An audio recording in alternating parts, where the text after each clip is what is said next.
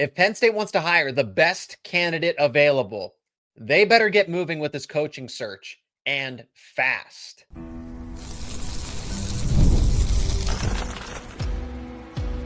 You are Locked On Nittany Lions, your daily podcast on the Penn State Nittany Lions. Part of the Locked On Podcast Network, your team every day. You are locked on to Penn State football, and as always, thank you so much for making Locked On Nittany Lions your first listen and watch every single day. Thank you to the everydayers out there. My name is Seyko, and I'm your host of the show, credentialed media member for both Penn State football and Penn State wrestling.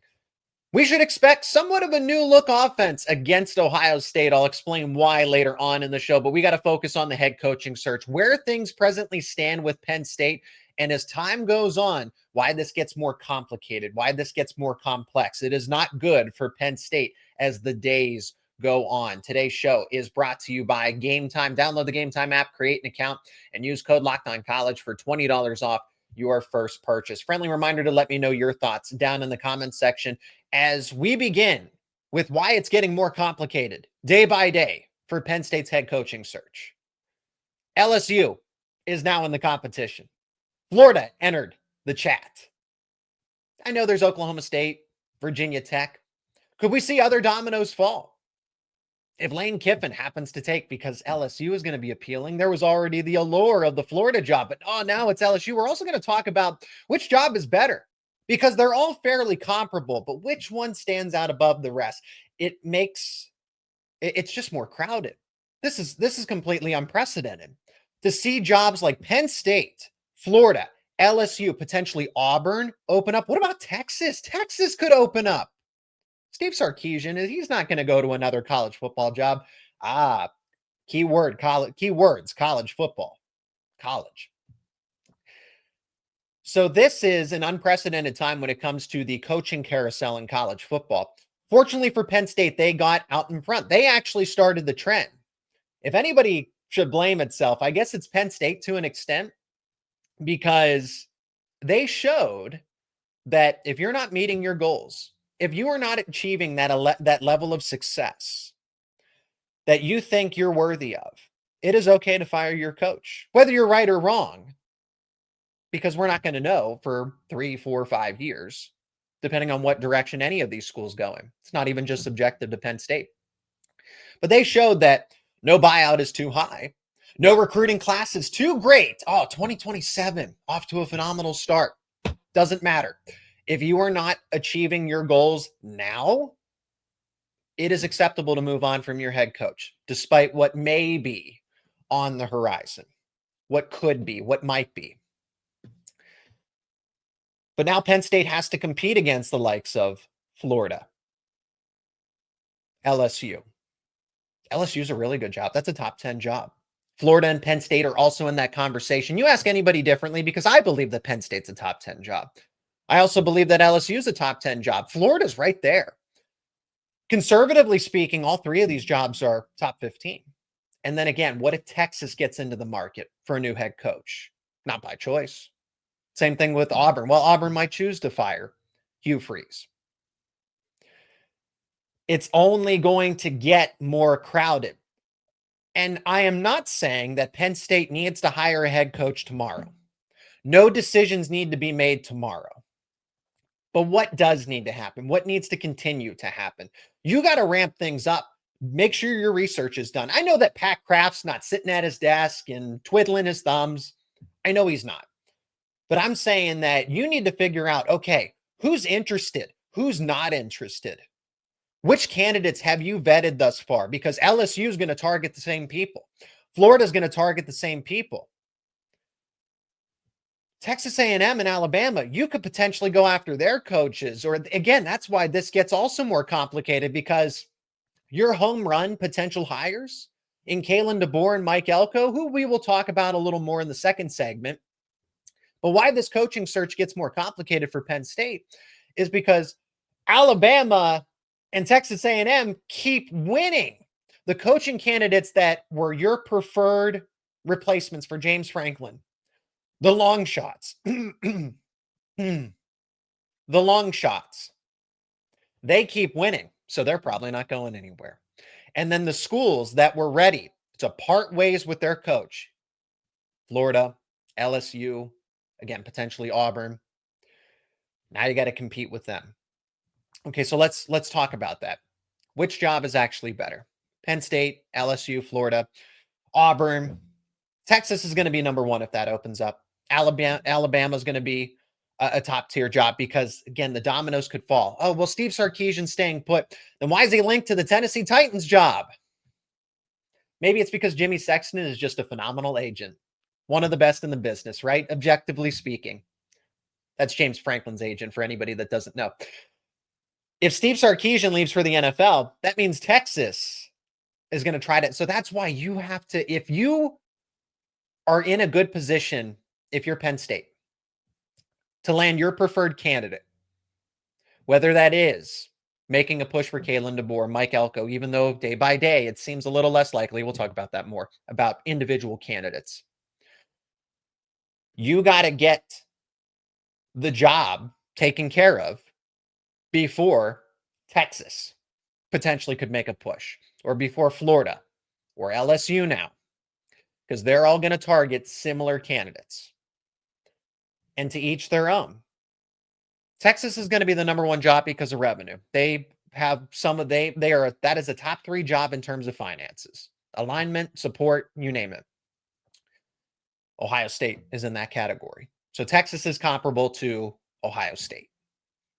Florida, LSU, and Penn State, again, to each their own. I would argue that Penn State is the better job because LSU certainly has a case objectively. I'm the Penn State podcast host. When it comes down to this razor thin margin, I'm going to go with Penn State here because I don't like the idea of Louisiana State politicians getting into the mix and having meetings with the university about ticket prices, but to fire the head coach. I get it. Brian Kelly wasn't doing his job.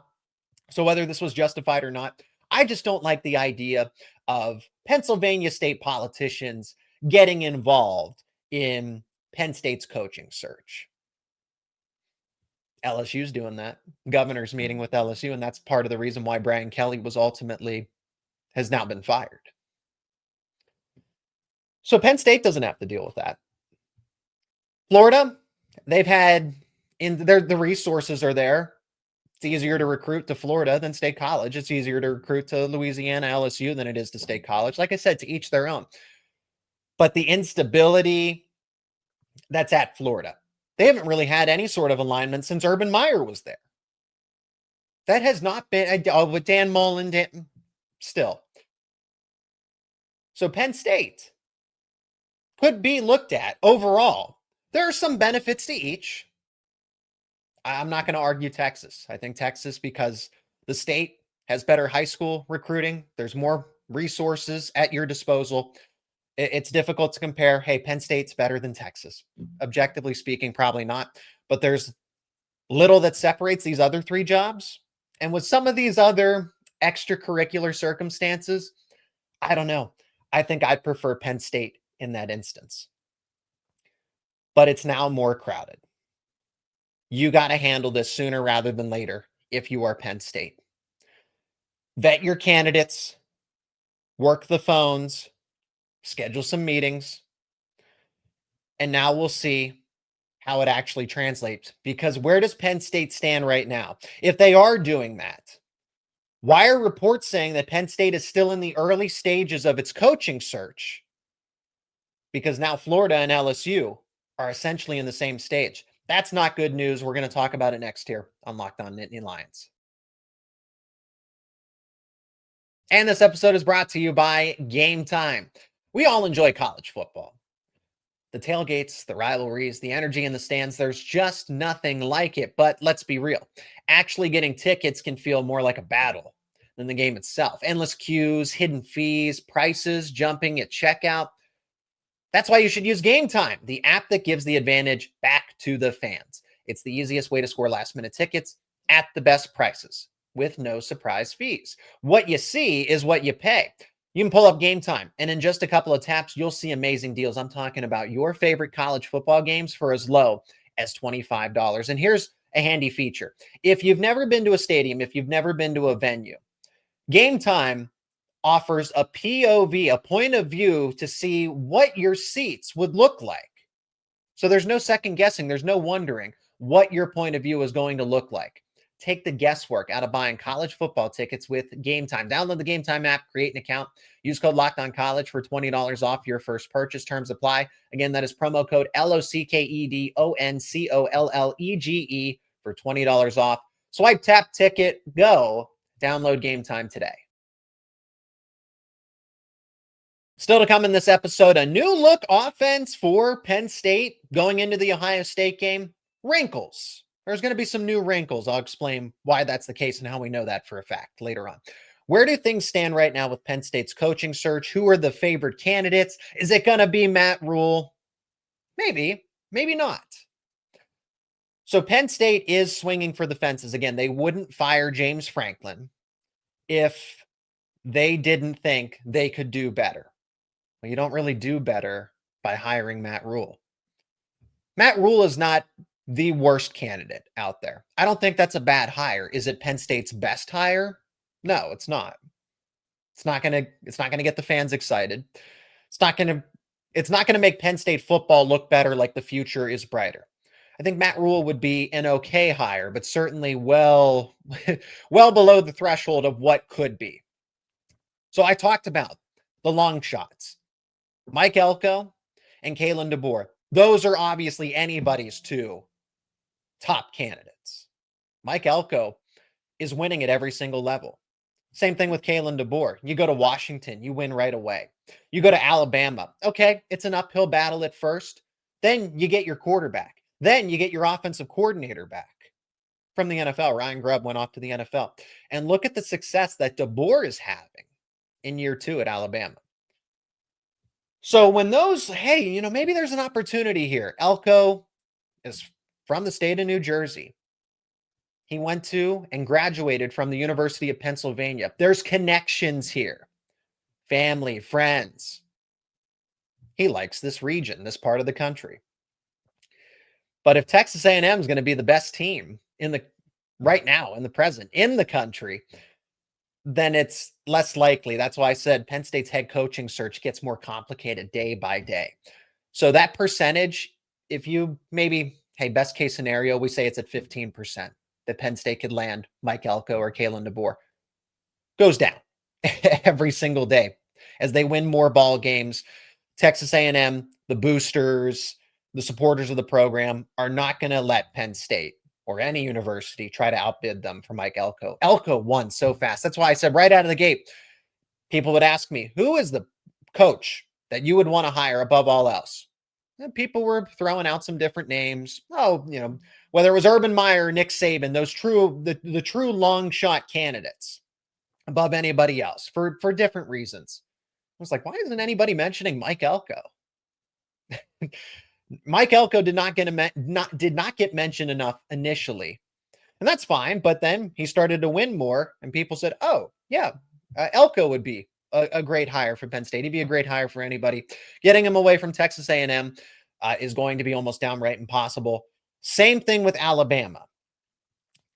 Kalen DeBoer. There are some rumors that hey, not everything is all good, happy between Alabama and Kalen DeBoer. Again, these are just rumors that there's mutual interest. Probably the agent is working the phone for Kalen DeBoer, just saying, hey, what's the number? What are we talking about? And then go back to, do you want to leave Alabama after, such a quick tenure to go to maybe Penn State or maybe somewhere else? Again, Florida's going to make a call, probably. LSU is going to make a call. Return the favor because Nick Saban left LSU to go to Alabama. So wouldn't that be something if LSU is able to take Kalen DeBoer away from Alabama? It's a different conversation. I'm just thinking about it in real time here. It's a Penn State show. Let's focus on Penn State. So as those candidates become less likely day by day, where does Penn State, where do they stand? They're still in the earlier stages. They've obviously been doing their due diligence. They've been making the phone calls. They're vetting candidates. Okay. who's interested, who's not. That's why Kalen, DeBoer, and Mike Elko, because there was some, whether it was fringe or not, there was some interest.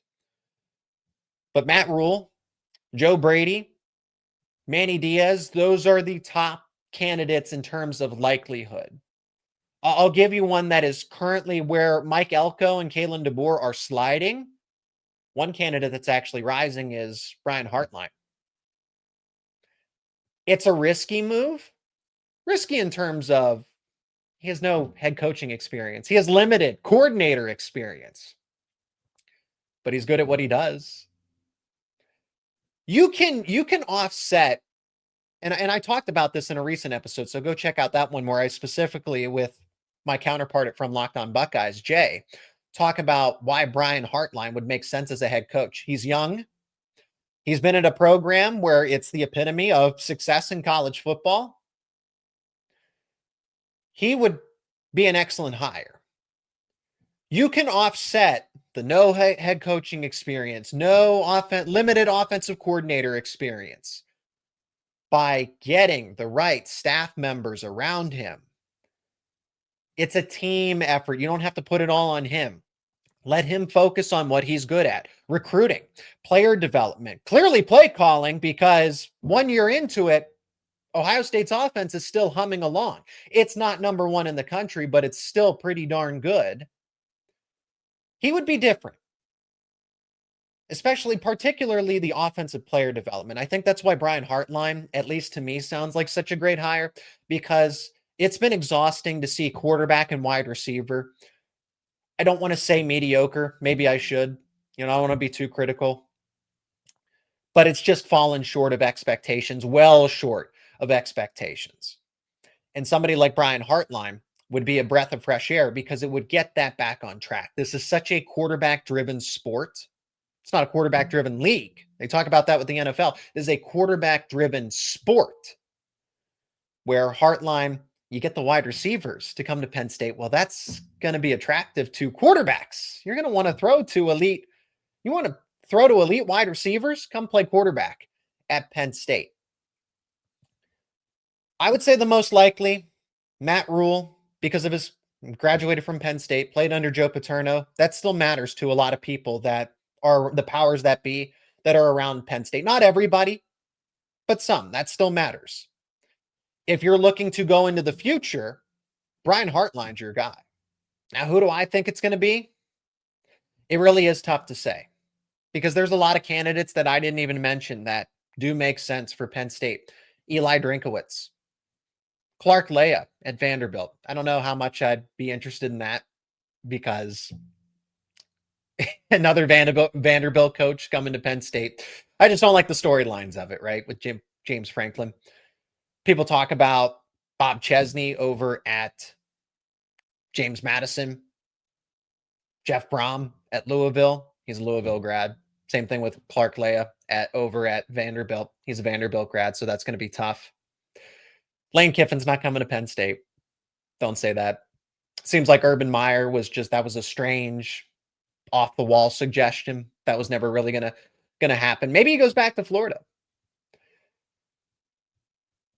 I would say the top ones in terms of likelihood that become a little more realistic day by day.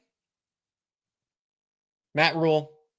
I know people aren't going to like that, but Matt Rhule. Joe Brady, because of the mutual connection with Terry Pagula. Terry Pagula supporting Penn State athletics, owning all of the Buffalo professional teams, right? Sabres, the Bills. There's that connection. And then Brian Hartline. But Penn State's got to get to work on this, because you don't want somebody else to say, you know what, Brian Hartline of Florida, Brian Hartline would make a great head coach. If you really think Brian Hartline's the guy, you do not want to get into that contest with those other comparable programs. I'm just saying that right now. So when I hear headlines that say Penn State's still in the earlier stages of its coaching search, well, LSU just got in, Florida just got in. Who knows if other programs are going to join the party, if they're going to join the party as well. So, but fortunately for Penn State, they at least got a head start. They showed up to the party slightly early. All right, let's talk about a game that's coming up this week. Ohio State's now a 20.5-point favorite over Penn State, but maybe the Nittany Lions can help themselves out with a new look offense going into Saturday. We're going to talk about it next here on Locked On Nittany Lions. And this episode is brought to you by FanDuel. The NBA is back, and there's no better place to get in on the action than FanDuel, the official sports betting partner of the NBA. Even if you missed the start of the game or you want to ride the hot hand, FanDuel has live bets on everything from who will score next to fourth quarter comebacks. Plus, you can even combine your live bets into a same game parlay for a shot at a bigger payout. It keeps every game exciting, especially when your team's making the late push. And right now, FanDuel is giving new customers $300 in bonus bets when your first $5 bet wins. That's right, $300 in bonus bets to use all across FanDuel. That's NBA, baseball in the postseason right now, NFL, college football. Lines are posted for Penn State versus Ohio State, and the line is moving. Ohio State is now a 20.5-point favorite, minus 2,000 on the money line, plus 980 for Penn State. If you're thinking all-out upset here, the total is set at 43.5. If you like those lines, you can bet them over at FanDuel.com and the FanDuel app. Head over to FanDuel.com to sign up and play your game with FanDuel, the official sports betting partner of the NBA. A new look offense for Penn State going into this game against Ohio State.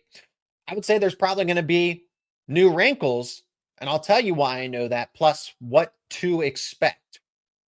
Because I have a theory as far as what Penn State's going to try to roll out here for this game against Ohio State, because you need the element of surprise.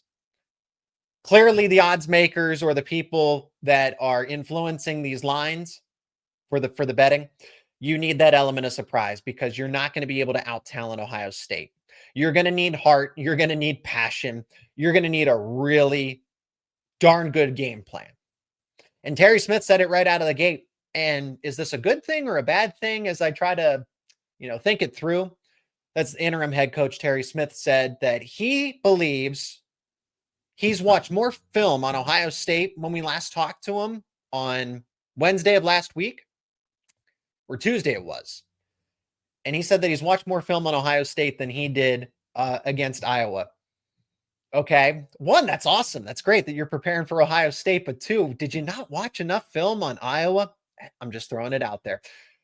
So that's a step in the right direction. But let me tell you why I think Penn State's going to roll out somewhat of a new offense. It's not going to be a complete overhaul, but you are going to see different personnel groupings, different packages, because you have to, like I said, the element of surprise. You want to roll something out that you haven't shown on film yet. If you're going to beat the Buckeyes, if you're actually going to pull off the upset and be Big Game Terry, BGT for Big Game Terry Smith, since James Franklin could never win the big game, right? So recently when we were at practice, media roll up, and it's a closed session for the offense. Well, that's different. It's always been, offense is going through its routine, going through its passing drills. You could predict it because James Franklin was very methodical. And eventually, I think that is what came back to bite him, is that it was almost too predictable. You were too routine oriented. You stuck too much to the plan. And Penn State and Terry Smith, well, we got to shake things up. So they closed off the offense's practice. And the reason for that is because they wanted to get a new system, not a total new system, but some new elements put into the offensive playbook ASAP, beginning on Tuesday when the media happened to be there. So, okay, that's understandable. And by all means, you don't want to put that out there because we get highlights, we get practice footage from what we're able to see in about 15 to 20 minutes. So I'm all for it. What could that look like though? Well, Coach Smith said, we want to capitalize on the rushing success that we had with Katron Allen. Okay, that's great. They also want to get Nick Singleton going, because if you've been following this Penn State team, you know that Singleton has not had a good season. It's been bad. And it's really unusual because Singleton was talked about as a first-round pick going into this next NFL draft season. He might be undraftable at this point in time. I still believe that Singleton is an extremely talented football player. And I am for Penn State trying to get him going, as they've said. What does that look like? Well, it could look like a couple of different things because Penn State is not going to beat Ohio State behind the arm of Ethan Grunkemeyer. And when Jackson Smolik might not be available, you can't really roll out that 2-quarterback system that Andy Kotelnicki is determined to run. You're not going to, I personally won't let him run it with Beckham Kritza or Jack Lambert because those guys are extremely inexperienced. And I know that Penn State's not going to do that. I hope so. I know so, that they're not going to run the 2-quarterback system unless you have Ethan Grunkemeyer and Jackson Smolik, because right now they are the only capable quarterbacks to do that. So when you don't have that wrinkle anymore, you got to get creative, and you got to get creative ASAP. I talked about Nick Singleton lining up as a pass catcher for years since he's been on campus. Every offseason or talking about it through the season, he's a better pass catcher. He's a better pass catcher. He's developing as a wide receiver. Use him there. I've said that if you were going to put your best 11 players on the football field when it comes to this Penn State offense, that means Kaytron Allen and Nicholas Singleton. Just because Singleton is having a bad season does not mean he is a bad football player. He scored 3 touchdowns against Notre Dame. Are we going to forget about some of the other great plays that he made? He just has to get out of this funk. And if you put him in positions to succeed, you can get the football player, the best version that Nick Singleton is. So get him in motion. Andy Kotelnicki wants to use motion. Have Kaytron Allen and Nick Singleton line up in the backfield and start motioning him out. Get him on a linebacker. Quick slants, screens. Get him into open space, because right now he's just not seeing the line of scrimmage. You have to get him into open space, because between the tackles, and that's on coaching. So find ways to get him outside. Find ways to get him going and running downhill. Kaytron Allen is a very patient, cerebral running back where he's just got so much better vision. And that was always the compliment that I gave to Allen when comparing the two, because they were close. And now Allen's really separated himself since Stan Drayton has taken over as the running backs coach. Singleton is not a bad football player. He's not responding to the coaching. That's just it. You lose J1 Sider to Notre Dame. You don't see it. Hindsight's 2020. You don't see it initially, but then you realize, oh, coaching does matter. And for individuals, it's different across the board. Allen responded, and Stan Drayton has unlocked a new level for Kaytron Allen. For Singleton, he's taken a step backwards and then some. So if you can do things with Andy Kotelnicki, and maybe Andy Kotelnicki's too creative to a fault, but you can get creative and get Singleton back involved in the offense to where he's helping you and not hurting you. Your 4th-year veteran running back who has an NFL future one way or another, whether that's as a star or as somebody that's going to be a backup for his career. Singleton does have a future in the NFL. I still believe that. You can run Wildcat. I would expect them to run Wildcat in this game against Ohio State. And that would be the smart thing to do. You line up Singleton and Allen out of shotgun. Who's getting the football? It's an option read. You don't run it the whole game, but you certainly try it to throw Ohio State off. Use him as a pass catcher. Get both running backs out on the football field. Have all 3 on the football field at the same time. You're also going to see different wide receivers. It's about time. Kobe Howard and Tyseer Denmark. How they're going to do against Ohio State's defensive backs, to be determined. That's tough for a 1st and 2nd-year wide receiver. I believe that they have all the potential in the world, but that's going to be tough when Ohio State's defensive backfield is still one of the best in the country. It doesn't matter who's that wide receiver for Penn State. That's probably still going to be a struggle. But that's what to expect initially from Penn State's offense. We'll gather more throughout the week as we'll hear from Terry Smith and we'll hear from the players leading up to the game against the Buckeyes. But that is where we will wrap things up on this edition of Locked On Nittany Lions. Appreciate each and every one of you for checking out this episode. Friendly reminder to let me know your thoughts down in the comments section. Thank you to the everydayers for joining me here daily. If you're not an everydayer, become one. Subscribe to the YouTube channel and wherever you get your podcasts for the latest conversations around your favorite Penn State sports teams.